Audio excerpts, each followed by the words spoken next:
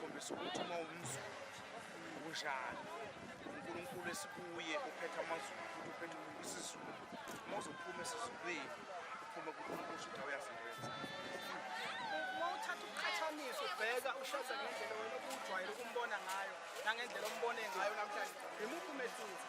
Ayi kube mkhulu kakhulu mfowethu ungishintshela ubaba ukhombise ukuthi ubaba wethu uyasithanda kodwa ushilo wathi la kusekhaya khona esontweni ubonile umkhulu nothanda sinikeze lona olungephezu kwasesontweni. Uthini umyalezo wakho kumuntu obesangabazi isiZulu nenkolo ungathini nje kuyena lo muntu? Ngithi kulo muntu ongakasasi isiZulu nenkolo akese ebuhleni onyazini azothola isiZulu abone nensizwa abone nemvunulo abone nempatho abone nentombi ukuthi beyivunule kanjani noba nathatha ingane yakhe ayifake umthombini ayibone ukuthi inhle kanjani mesemthombini Ukhona ophumela. ayayikho Hayi kumele uphinde uqale phansi.